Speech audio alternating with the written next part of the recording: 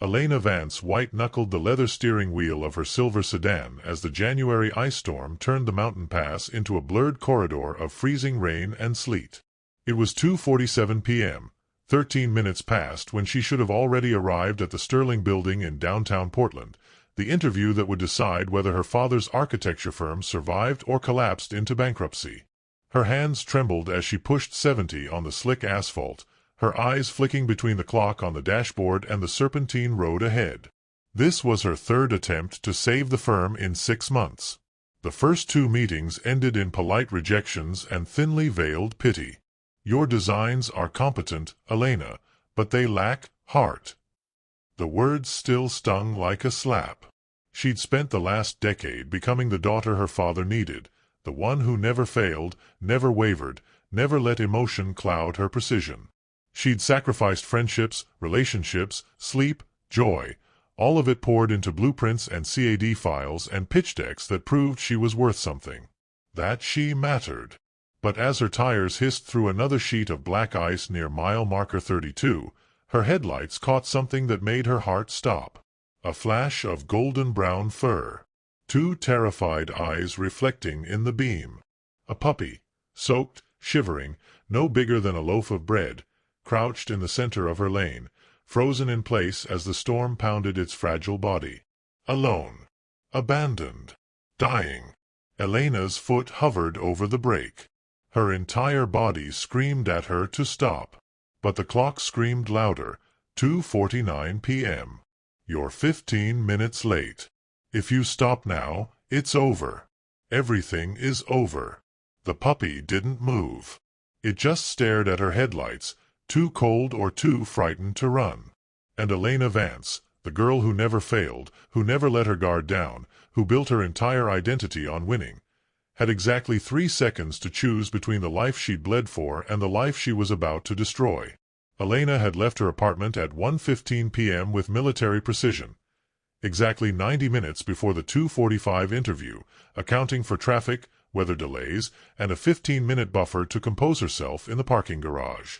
She'd rehearsed her pitch 17 times in the mirror that morning, her navy suit pressed to knife-edge perfection, her portfolio case heavy with renderings of the Riverside Commons project that was supposed to save everything. The Riverside Commons. Her father's final vision before the stroke 6 months ago left him unable to speak, unable to work, unable to do anything but sit in his wheelchair and watch his life's work crumble. Vance and Associates Architecture had been bleeding clients since March. The partners jumped ship.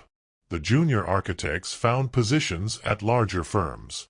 Now it was just Elena, 2 interns she couldn't afford to pay, and a lease on office space that came due in 37 days. She'd cashed out her retirement account to keep the lights on. Sold her mother's engagement ring, the one her father gave her after the funeral, the one she swore she'd never part with. She hadn't slept more than 4 hours a night in 3 months. Her best friend stopped calling after Elena missed her wedding to finish a proposal that went nowhere. But Arthur Sterling was different. The reclusive billionaire developer didn't take meetings. He didn't return calls. His assistant had sent a single email 2 weeks ago. "Mr. Sterling will see you. February 14th. 2:45 p.m.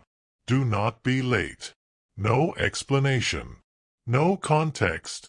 Just an address and a warning. Elena had spent every waking moment since then preparing. She knew Sterling's portfolio by heart. The eco-resort in Costa Rica, the adaptive reuse project in Detroit, the mixed-income housing development in Seattle that won a national award. He built things that mattered, things with soul, things that changed communities. If she could convince him that Riverside Commons belonged in that legacy, if she could show him her father's vision of affordable housing integrated with green space and community gardens. Her phone buzzed in the cup holder. A text from the bank. Final notice.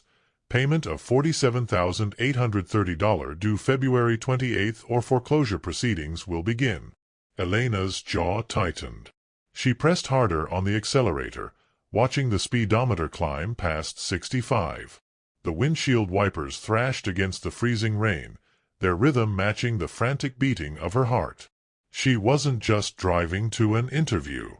She was driving toward the last chance to prove she wasn't a failure, that her father's faith in her hadn't been misplaced, that everything she'd sacrificed meant something.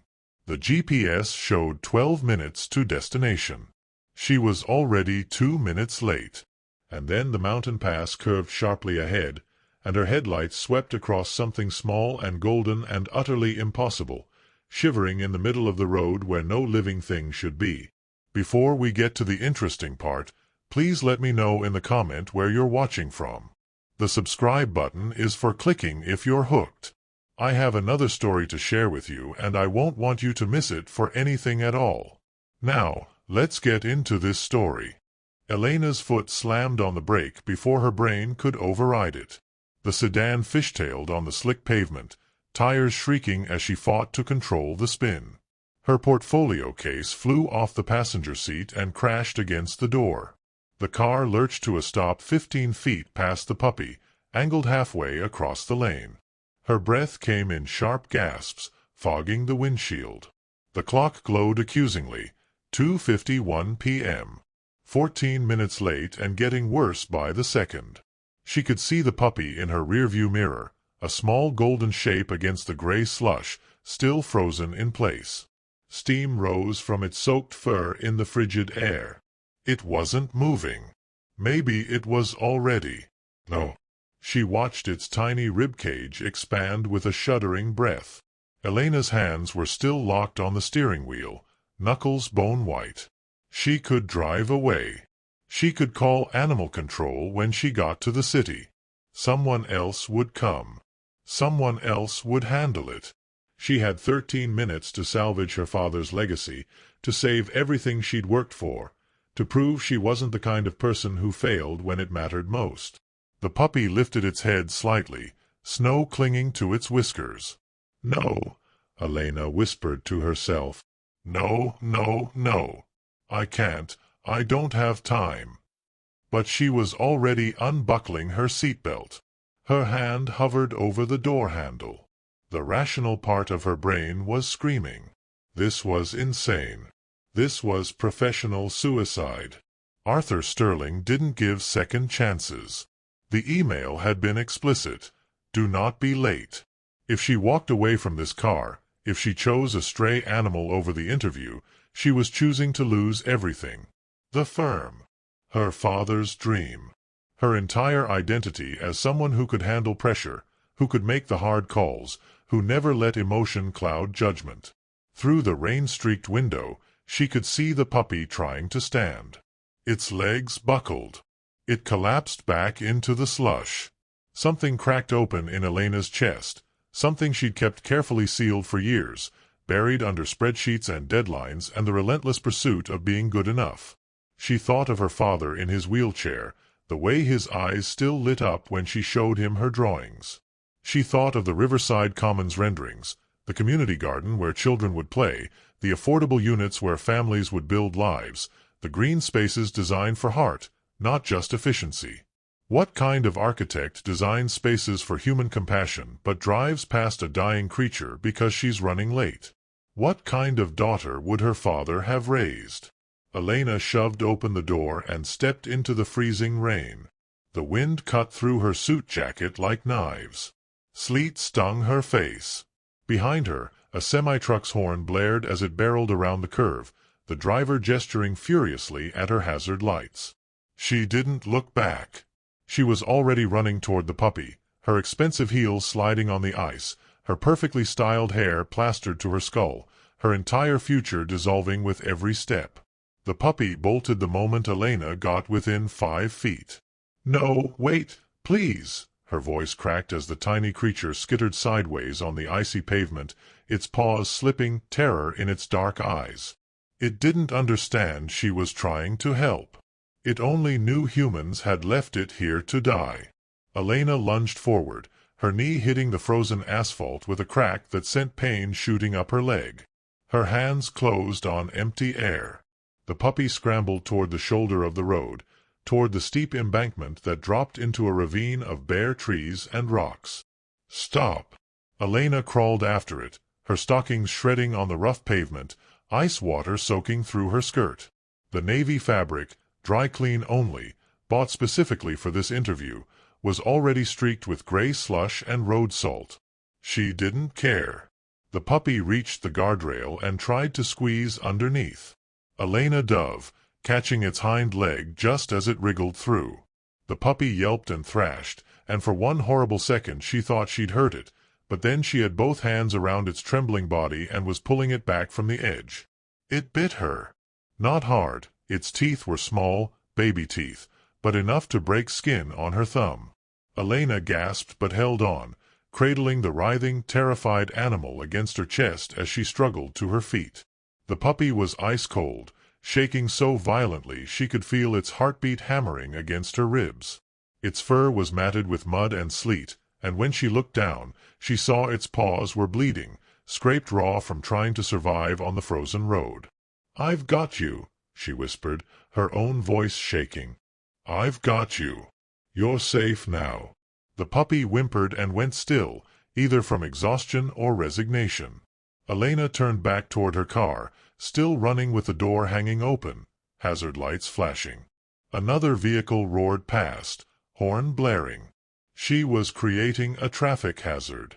She was standing in the middle of a mountain pass during an ice storm holding a dying animal while wearing a ruined designer suit. Her watch caught her eye as she climbed back into the driver's seat, the puppy clutched against her with one hand. 2:58 p.m. 13 minutes past the interview time. She'd already missed it. Even if she turned around right now, even if she drove like a maniac and somehow made it to Portland in record time, she'd be at least 40 minutes late. Sterling's email echoed in her mind. Do not be late. Elena sat in the driver's seat, dripping freezing water onto the leather, the puppy shivering against her soaked jacket. Her phone buzzed. She didn't need to look to know it was probably Sterling's assistant, probably a curt message canceling the meeting, probably the final nail in the coffin of everything she'd worked for. The puppy's breathing was shallow and rapid. Its eyes were glazed. She put the car in gear and turned away from Portland, toward the small mountain town she'd passed 5 miles back. There'd been a veterinary clinic sign. The interview was already lost. But this life, this small, terrified, freezing life, wasn't gone yet. The clinic was a converted farmhouse with peeling white paint and a hand-carved wooden sign that read Mountain View Veterinary Care. Elena pulled into the gravel lot at 3:17 p.m., the puppy limp in her arms, its breathing so shallow she had to press her ear against its chest to confirm it was still alive. The waiting room smelled like antiseptic and wet dog. A tired-looking receptionist glanced up from her computer, her eyes widening at the sight of Elena. Mascara streaked down her cheeks, suit jacket torn at the shoulder, both knees of her stockings completely shredded, cradling what looked like a half-drowned rat. "Hypothermia," Elena said, her voice hoarse. "I found her, him, I don't know, on the road. It's barely breathing." The receptionist was already moving, calling for Dr. Chen, ushering Elena through a door into an exam room with bright fluorescent lights and stainless steel surfaces. A woman in her 60s appeared, silver hair pulled back in a bun, hands already reaching for the puppy. "How long was it exposed?" Dr. Chen asked, her fingers probing gently, checking gums, listening to the heart. "I don't know. 20 minutes? An hour? There were no houses nearby, no one else on the road. Temperatures 94 degrees. We need to warm slowly. You did the right thing bringing her in." Dr. Chen nodded to a veterinary tech who appeared with heated blankets and an 4 setup. "She's a fighter. Golden Retriever mix, maybe 4 months old. Someone dumped her." The casual cruelty of those words hit Elena like a fist. Someone had driven this puppy up a mountain pass in an ice storm and left it to freeze. Someone had looked at this small, trusting creature and decided it was disposable. Her phone vibrated in her pocket. Once, twice, 3 times in rapid succession. Dr. Chen wrapped the puppy in warm towels, her movements efficient and gentle. "We'll get fluids started. Monitor her temperature. You can wait in the—" "I'm staying." Elena's voice came out harder than she intended. "I'm not leaving her." The vet studied her for a moment, taking in the ruined suit, the bleeding knee, the desperate set of Elena's jaw. She nodded. "There's a chair in the corner." Elena sank into it, suddenly aware of how much she was shaking. Her hands were numb. Her knee throbbed. She pulled out her phone with trembling fingers. 3 emails. The first from Sterling's assistant, time-stamped 2:47 p.m. "Mr. Sterling is waiting. Where are you?" The second, 3:03 p.m. "Mr. Sterling does not appreciate his time being wasted." The third, 3:15 p.m. "Your meeting has been cancelled. Do not attempt to reschedule. Mr. Sterling will not be working with Vance and Associates." Elena stared at the screen until the words blurred. She'd done it. She'd actually done it. She'd thrown away the last chance to save her father's firm, to prove she was capable, to be the daughter who didn't fail when everything was on the line. For a puppy. For a creature that might not even survive the next hour. The phone slipped from her fingers and clattered on the linoleum floor. Elena pressed her palms against her eyes and felt something break inside her chest, something that had been holding her together through sheer force of will for 6 months, maybe longer, maybe years. She'd lost everything. And somehow, watching Dr. Chen gently insert the 4 into the puppy's tiny leg, Elena couldn't bring herself to regret it. The puppy's temperature climbed to 97 degrees by 4:30 p.m. "Still dangerous," Dr. Chen said, "but stable enough that Elena could breathe without feeling like her lungs were wrapped in barbed wire." The vet tech had brought her a blanket and a cup of terrible coffee that had gone cold in her hands an hour ago. Elena hadn't moved from the chair in the corner. She couldn't. If she moved, if she left this small exam room with its harsh lights and beeping monitors, she'd have to face what she'd done. She'd have to call her father's nurse and explain that the firm was finished. She'd have to tell the 2 interns they should look for other jobs. She'd have to pack up 30 years of her father's work, the sketches, the models, the awards gathering dust on shelves, and admit that she'd failed the one thing he'd trusted her to protect. Her phone kept buzzing. The bank. The landlord. Her father's care facility with questions about next month's payment. She'd stopped looking after the first 5 calls. The puppy, she'd started thinking of it as her after Dr. Chen confirmed it, was sleeping now, wrapped in heated blankets in a recovery kennel. Her breathing had evened out. The bleeding on her paws had stopped. She'd probably survive. That thought should have brought relief. Instead, it just made Elena's chest tighten until she couldn't breathe. "What did I do?" The words came out as a whisper, then louder. "What the hell did I do?" She stood abruptly, the blanket falling to the floor, and paced the small room like a caged animal. Her reflection caught in the darkened window, a stranger with wild eyes and ruined clothes, someone who destroyed her entire life for a dog she'd known for 90 minutes. Her father had built Vance and Associates from nothing. 43 years of 16-hour days and missed birthdays and sacrificed weekends. Also, he could create buildings that mattered, spaces where people could thrive. After her mother died, the firm became everything to him. And when the stroke took his voice, took his ability to work, he'd looked at Elena with those clear blue eyes and she'd known what he was asking. "Don't let it die. Don't let everything I built turn to dust." And she'd promised. She'd sworn she would save it. Instead, she'd chosen a puppy over a meeting. She'd let emotion override logic. She'd failed the most basic test of being a professional, of being an adult, of being the kind of person who could handle responsibility. "I'm sorry, Dad," Elena said to the empty room, her voice breaking. "I'm so sorry. I tried. I really tried, but I couldn't." She pressed her forehead against the cold window, tears finally spilling over. They felt hot against her frozen skin. Outside, the ice storm had turned to snow, fat flakes falling through the parking lot lights like ash. The puppy made a small sound from the kennel, not quite a whimper, more like a sigh. Elena turned, watching the tiny chest rise and fall beneath the blankets. The vet had said someone had dumped her. Just drove her up the mountain and left her to die because she was inconvenient or expensive or required more care than they wanted to give. Elena walked over to the kennel and knelt down, wincing at the pain in her scraped knee. The puppy's eyes opened, deep brown, still frightened, but no longer glazed with cold. She looked at Elena for a long moment, then closed her eyes again, trusting. "You didn't have anyone else," Elena whispered. "If I hadn't stopped, you'd be dead right now. Frozen on that road with no one knowing your name, no one caring that you existed." Her throat tightened. "I should have named you Mistake. That's what this was. The biggest mistake of my life." But even as she said it, she knew it wasn't true. Or maybe it was, and she just didn't care anymore. "Chance," she said finally. "That's what you are. My last chance to be someone other than the girl who only cares about winning." The clinic door chimed at 5:43 p.m. Elena didn't look up.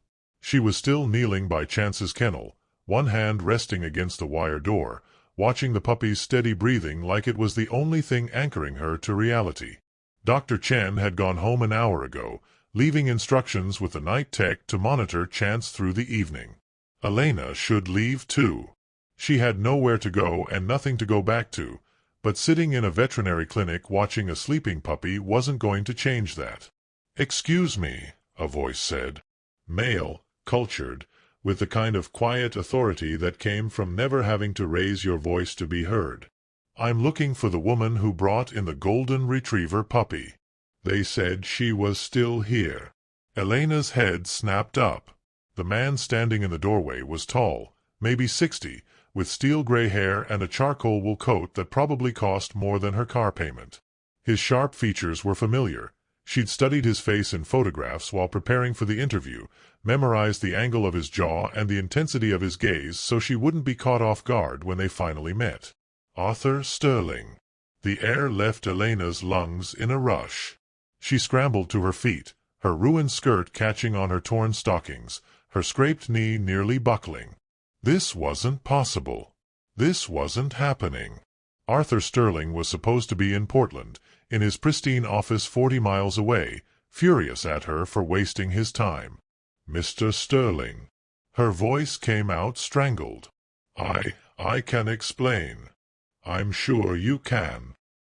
He stepped further into the room, his eyes taking in her disheveled appearance with an unreadable expression. "But before you do, I'd like to know if the puppy survived." Elena blinked. "What? The puppy?" "The one you stopped for on Highway 26 at approximately 2:52 p.m. Sterling moved closer to the kennel, looking down at Chance's sleeping form. "I was 3 cars behind you when you braked. Watched you get out of your vehicle in the middle of an ice storm, ruin what appeared to be an expensive suit, and chase down a terrified animal while my driver cursed at the traffic backup you were creating." The room tilted. Elena gripped the edge of the exam table to steady herself. "You were there." "My meeting in Portland was cancelled due to the storm. I was driving back to my cabin in government camp when I saw your hazard lights." Sterling's gaze shifted from the puppy to Elena, his expression still neutral. "I watched you dive onto frozen pavement. Watched you crawl after that puppy like your life depended on it. My driver said you were creating a safety hazard and we should call highway patrol."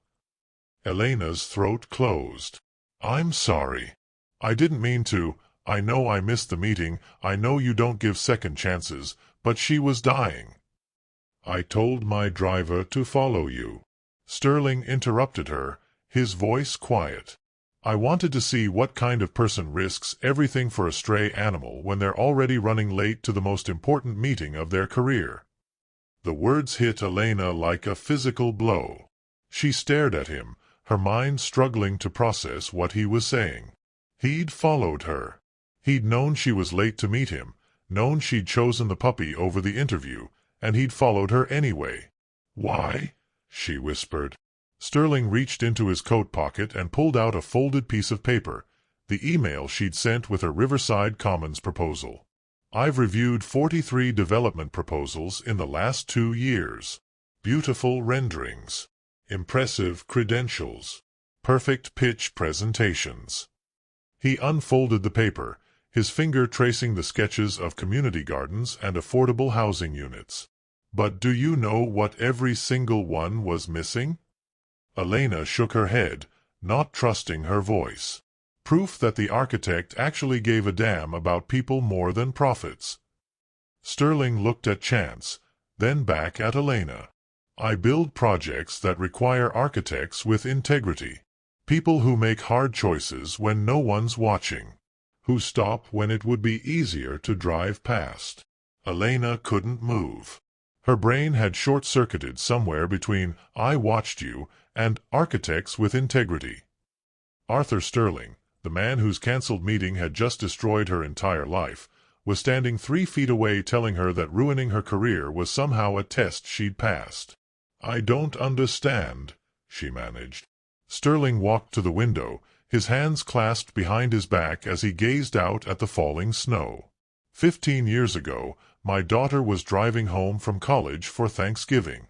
She came across a dog that had been hit by a car on a rural highway. She stopped to help. His voice remained steady, but something shifted in his posture. A drunk driver came around the bend too fast. Didn't see her car on the shoulder. She died trying to save an animal that was already gone. Elena's hand flew to her mouth. After that, I couldn't look at buildings the same way. What was the point of creating spaces for people if the people willing to stop, willing to care, willing to sacrifice? His voice caught. If those people were the ones who got punished for their compassion? He turned back to face her, and Elena saw the grief etched into the lines around his eyes. So I changed what I built. I started designing projects that celebrated that kind of humanity instead of crushing it. Wildlife rehabilitation centers. Community spaces that brought people together. Affordable housing that treated residents with dignity, not just efficiency. Sterling moved closer to Chance's kennel, watching the sleeping puppy with an expression Elena couldn't quite read. The project I wanted to discuss with you isn't Riverside Commons. That proposal told me you understood affordable housing design, but it didn't tell me if you understood why it mattered. Then what? I'm building a 200-acre wildlife sanctuary and community center on the Oregon coast. Rehabilitation facilities for injured animals. Educational programs for at-risk youth. Affordable housing for the staff and volunteers who dedicate their lives to this work. A place where caring for vulnerable creatures isn't a liability, it's the foundation. He pulled another document from his coat. I've been searching for an architect for 18 months. No one I interviewed convinced me they could design a space with that kind of soul. Elena's legs felt weak. She sank back down into the chair, her mind reeling. You wanted to see if I would stop. I wanted to see what you valued when everything was on the line. Sterling set the document on the exam table. A contract, Elena realized, her name already typed at the bottom. 43 architects sent me beautiful proposals. You're the only one who showed me you understand that buildings are just containers for the choices people make inside them. And those choices matter more than blueprints. Chance stirred in her kennel, making a small sound. Elena moved automatically, her hand reaching through the wire to stroke the puppy's head. The gesture was unconscious, instinctive, the same way she'd stopped on that frozen road without thinking, without calculating the cost. I destroyed my father's firm for her, Elena said quietly, her eyes on Chance. I threw away everything he built because I couldn't drive past a dying puppy. That's not integrity. I don't know what that is. It's exactly what your father would have done. Elena's head jerked up. You didn't know my father. Richard Vance designed the community center in southeast Portland in 1987. The one that offers free meals and shelter beds. Sterling's expression softened. I was 19, homeless after my mother died, sleeping in my car. That center saved my life. Your father came by once a week to make sure the building was functioning properly, that the residents had what they needed. He told me architecture wasn't about impressing clients. It was about serving the people who would never be able to afford his services otherwise. Elena's vision blurred. She'd never known that story. Her father had never mentioned it. He'd be proud of what you did today, Sterling continued. Not because you saved your firm, because you saved something that couldn't save itself. That's the kind of architect I need. Someone who stops when stopping costs everything. Elena looked at Chance, then at the contract on the table, then at the man who'd turned her worst failure into her most important test. The puppy's eyes opened, meeting hers with complete trust. "The sanctuary," Elena said, her voice steadier now. "What would you want me to design first?" Sterling smiled for the first time since he'd walked through the door. "Tell me about spaces that heal." Elena signed the contract at 6:47 p.m. in a veterinary clinic exam room, using Dr. Chen's desk and a pen the receptionist found in a drawer marked "Lost and Found." Her hand shook slightly as she wrote her name, not from cold this time, but from the surreal understanding that the worst day of her life had somehow become the beginning of something she'd never imagined possible. Sterling shook her hand, his grip firm and warm. "I'll have my team send over the full specifications Monday morning. The sanctuary breaks ground in April. I expect preliminary designs in 6 weeks. 6 weeks, Elena repeated, the timeline already spinning through her mind. Site analysis, environmental impact, accessibility requirements, the integration of rehabilitation spaces with community areas. And Ms. Vance. Sterling paused at the door. "Bring the dog to the site visits. I want her to see what she helped create." 6 months later, on a brilliant August morning, Elena stood on a coastal bluff overlooking the Pacific Ocean and watched 200 people gather for the ribbon-cutting ceremony of the sanctuary at Cedar Point. The main building rose from the landscape like it had grown there, timber and glass and stone that caught the morning light and threw it back in golden fragments. The rehabilitation wings curved protectively around outdoor enclosures where injured raptors and marine mammals would recover before release. The community center's great room opened onto terraced gardens where at-risk youth would learn about wildlife conservation and their own capacity for gentleness. The affordable housing units, 20 of them, designed with the same care and dignity as the rest of the complex, lined the southern edge of the property, their windows facing the ocean. Elena had spent 6 months pouring everything she knew into these buildings. Not just her technical skills or her architectural training, but something deeper, the understanding that spaces could hold both vulnerability and strength, that healing required more than just function, that the best designs made room for the kind of spontaneous compassion that couldn't be planned or scheduled or controlled. Chance sat beside her, no longer a freezing puppy but a 60-pound golden retriever with intelligent eyes and a tail that never stopped wagging. She wore a blue ribbon around her neck that matched the ceremonial ribbon stretched across the sanctuary entrance. Several reporters had already asked about her, and Elena had told the story each time. How she'd been late to the most important meeting of her career, how she'd stopped anyway, how that choice had led her here. "Ready." Sterling appeared at her elbow, gesturing toward the microphone where the mayor was finishing his remarks. Elena nodded. Her father sat in the front row in his wheelchair, his nurse beside him. He couldn't speak, but when she'd shown him the final designs 3 months ago, he'd gripped her hand and his eyes had filled with tears. She'd understood. This was the legacy he'd wanted. Not a firm that survived, but a daughter who knew when to stop measuring success by profit margins and started measuring it by the lives she could protect. She walked to the podium with Chance at her side, the dog's presence steady and grounding. 200 faces turned toward her, expectant. 6 months ago, Elena began, her voice carrying across the crowd, I was driving to a meeting that I thought would save my career. I was already late. The weather was terrible.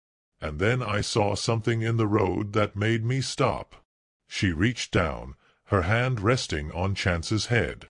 The dog leaned into her touch. I thought stopping would ruin my life. I thought I was choosing between my future and a puppy that might not even survive. But what I actually chose was the kind of person I wanted to be when no one was watching, when it cost everything, when the easier path was to just keep driving. Her eyes found her father in the crowd. He was smiling. The sanctuary at Cedar Point exists because someone believed that the choice to stop, the choice to care when caring is inconvenient, is the foundation of everything worth building. This isn't just a wildlife rehabilitation center or a community space or affordable housing. It's a place that honors the people who stop, who sacrifices, who believe that vulnerable lives matter more than being on time. Chance's tail thumped against the platform. "I was late to my meeting that day," Elena said, her voice thick with emotion. "But I arrived exactly when I needed to. Right here. Right where stopping led me." She cut the ribbon with Sterling beside her and Chance pressing against her leg, and as the crowd applauded and the doors opened to reveal the sanctuary's bright, healing spaces, Elena finally understood what her father had been trying to teach her all along. Success wasn't about never failing. It was about knowing which failures were actually the moments you finally got it right. Chance barked once, joyful, alive, whole, and Elena laughed, the sound carrying out over the ocean like a promise kept.